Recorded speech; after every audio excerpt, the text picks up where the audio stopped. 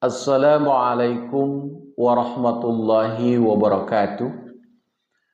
Bahasan saya pada kesempatan hari ini adalah terkait dengan pengabulan doa dan hakikatnya.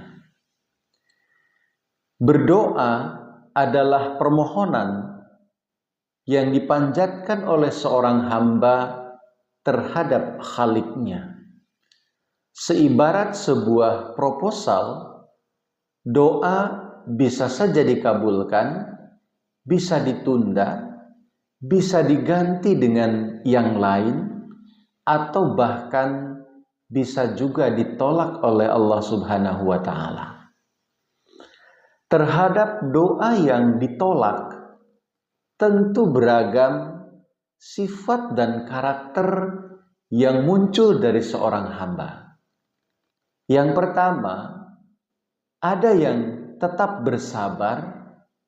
Yang kedua, ada yang terus kemudian introspeksi diri, memeriksa segala kekurangan yang ada pada dirinya. Kemudian tidak jarang ada juga yang putus asa. Bahkan celakanya, ada juga karena doa yang ditolak, orang itu kemudian menjadi tidak percaya kepada adanya Allah Subhanahu wa Ta'ala. Berdoa adalah merupakan kewajiban kita yang lemah ini dan bermohon kepada Dia yang Maha Kuasa dan Maha Perkasa. Kita tidak perlu mempersoalkan apakah Allah mengabulkan atau tidak doa kita. Kewajiban kita adalah memperbaiki cara dan memenuhi syarat-syarat kita berdoa kepada Allah Subhanahu wa Ta'ala. Karena pada hakikatnya di dalam penolakan terhadap doa kita, sebetulnya ada kasih sayang Allah Subhanahu wa Ta'ala. Ketika doa kita serta-merta dikabulkan, bisa saja justru hal itu akan membuat kita celaka. Misalnya saja, kita berdoa kepada Allah Ta'ala memohon agar diberikan sepeda motor. Padahal kita sendiri belum bisa untuk memakainya. Ketika serta-merta Allah Ta'ala mengabulkan, maka kita kemudian memakainya dan terjadi kecelakaan, itu jelas merupakan kecerobohan kita. Jadi bisa saja Allah Subhanahu wa Ta'ala tidak mengabulkan doa kita, itu adalah bentuk kasih sayang juga dari Allah Subhanahu wa Ta'ala. Karena Allah Subhanahu wa Ta'ala Maha tahu apa yang terbaik untuk kita. Jadi tidak mungkin semua yang kita pikirkan Allah Ta'ala kabulkan. Untuk supaya kita memahami cara berdoa yang baik dan juga memenuhi persyaratan berdoa, saya akan berbicara pada 3 kata kunci. Yang pertama adalah jauh, yang kedua dekat, dan yang ketiga menyenangkan Allah Ta'ala. Yang pertama, pada kata jauh, ini mempengaruhi doa kita terhadap Allah Ta'ala kalau dikaitkan dengan konteks berdoa. Kenapa? Kalau kita jauh dari Allah Ta'ala, kalau kita tidak melaksanakan perintah-perintah Allah Ta'ala, atau bahkan justru melaksanakan apa yang dilarang Allah Ta'ala, itulah yang membuat kita jauh dari Allah Ta'ala. Pada kondisi demikian, maka doa kita sangat mungkin tidak didengar oleh Allah Subhanahu wa Ta'ala. Hadirin yang dimuliakan Allah Subhanahu wa Ta'ala, apa yang membuat kita berjarak dengan Allah Ta'ala? dan itu tidak lain adalah dosa-dosa. Semakin banyak berbuat dosa, maka jarak antara kita dengan Allah Ta'ala semakin jauh. Dan berbanding lurus dengan itu, maka tirai pengabulan doa akan semakin tebal dan akan menjauhkan kita dari pengabulan doa. Dalam konteks ini, kita bisa mempelajari sejarah para nabi. Ketika mereka berdoa, saat itu juga Allah Ta'ala mengabulkan doa-doa mereka. Kenapa demikian? Karena mereka adalah orang-orang yang maksum, orang-orang yang bersih dari dosa, orang-orang yang sangat dekat dengan Allah Subhanahu wa Ta'ala. Berkenaan dengan hal ini, ada sabda dari Hadrat Masih Maud alaihissalam yang berbunyi demikian. Kalian harus ingat bahwa hanya jika seseorang meninggalkan kecerobohan dan perbuatan-perbuatan buruk, maka doanya diterima Tuhan. Semakin dekat dia dengan Tuhan, semakin banyak doanya dikabulkan. Selanjutnya beliau bersabda lagi, di sini sesungguhnya manusia diajak untuk dekat kepada Tuhan. Dia telah diberitahu bahwa sebagaimana suatu suara yang jauh tidak dapat didengar, demikian juga contoh seseorang yang ceroboh dan sibuk dalam perbuatan buruk, ia jauh dari Tuhan. Semakin jauh dia pergi dari Tuhan, semakin jauh jarak tersebut dan semakin tebal tirai antara dia dengan pengabulan doa dari Allah Ta'ala. Malfuzat volume 2 jilid kedua halaman 198. Jadi inilah satu sabda yang juga memperkuat apa yang telah saya sampaikan tadi, bahwa ketika kita semakin banyak berbuat dosa, maka semakin jauh jarak kita dengan Allah Ta'ala dan semakin tebal tirai pengabulan doa dari Allah Subhanahu wa Ta'ala. Kemudian syarat apa yang harus kita kerjakan agar doa bisa segera dikabulkan?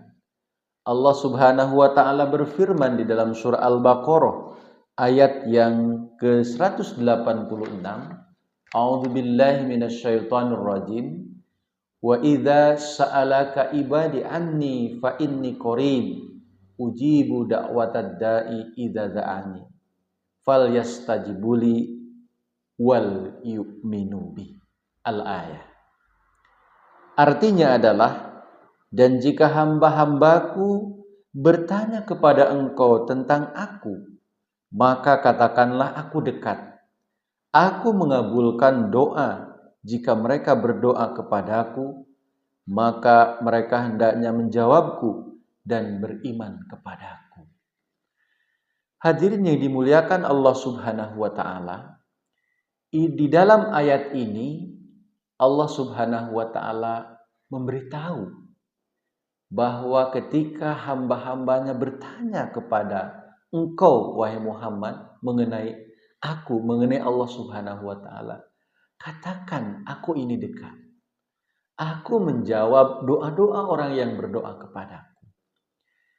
Di dalam ayat ini tersimpan satu isyarat bahwa ketika berdoa kemudian dikabulkan, ini menunjukkan kedekatan seorang hamba dengan Allah Subhanahu wa Ta'ala. Namun tidak semua doa dikabulkan sesuai dengan apa yang kita pikirkan, karena Allah Subhanahu wa Ta'ala Maha mengetahui yang terbaik untuk kita. Dan syaratnya di kalimat selanjutnya Allah Subhanahu wa Ta'ala menunjukkan kepada kita supaya doa dikabulkan itu ialah fal yastajibuli, bahwa kita harus senantiasa mengindahkan, melaksanakan seruan-seruan Allah Subhanahu wa Ta'ala. Apakah itu dalam bentuk ibadah sholat, apakah itu dalam bentuk berzikir, itu hubungannya dengan Allah Ta'ala, atau yang kedua hubungannya dengan sesama manusia, bagaimana ia harus berbuat baik, bagaimana ia harus menolong di antara sesama. Itulah yang kemudian menyenangkan Allah Subhanahu wa Ta'ala.